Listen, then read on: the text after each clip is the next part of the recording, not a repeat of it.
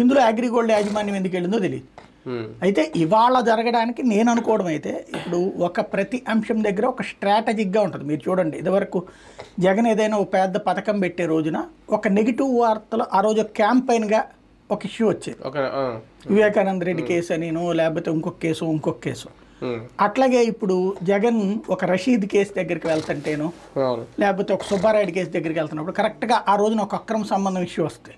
ఒకటి విజయసాయి రెడ్డి అనినో, ఇంకోటి దువ్వాడ శ్రీనివాస్ అనినో, ఇట్లాగే ఏవి నిలిచేది కాదు, చచ్చేది కాదు. ప్రచారంతో అసలు ఇష్యూ డైవర్ట్ అయిపోతుంది. ఇప్పుడు ఇవాళ వాస్తవంగా YSR Congress party MLC seat గెలిచింది. ఎందుకంటే పోటీ ఇప్పటిదాకా మేము గెలిచి తీరతాం, కొట్టి తీరతాం. ఇంతకుముందు అదేది విశాఖ స్థాయి సంఘ ఎన్నికల్లో ఎట్లయితే వైసీపీ వాళ్ళందరినీ తీసుకుని చేర్చుకున్నారో ఆ తరహాలో చేర్చుకుని చేస్తామని చెప్పినటువంటి వాళ్ళు మాతో టచ్లో ఉన్నారు. వంశీకృష్ణ యాదవ్ వీళ్ళందరూ చెప్పుకొచ్చారు. తీరా చూస్తే ఇప్పుడు అకస్మాత్తుగా ఆ సీటు డ్రాప్ అయిపోయారు. ఎందుకంటే బొత్స సత్యనారాయణ పెట్టడం ద్వారా ఫస్ట్ దెబ్బ కొట్టాడు జగన్మోహన్ రెడ్డి. బొత్స సత్యనారాయణ ఎప్పుడైతే అయ్యాడో అతను డబ్బు ఖర్చు పెట్టగలడు, పోల్ మేనేజ్మెంట్ చేయగలిగినాడు, అంతే సుదీర్ఘ రాజకీయ అనుభవం ఉండడం.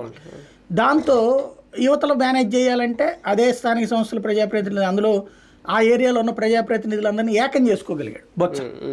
చేసి ప్రతి స్థానిక ప్రజాప్రతినిధులు అందరినీ మళ్ళీ జగన్ దగ్గరికి తీసుకురావడం, స్వయంగా జగనే ఇన్వాల్వ్ కావడంతో వీళ్ళు డబ్బులు ఇచ్చినా బెదిరించినా బుజ్జగించినా వెళ్తారు. కొంతమంది ఒక 5% 10% వెళ్తారు, కానీ భారీ గ్యాప్ ఉంది.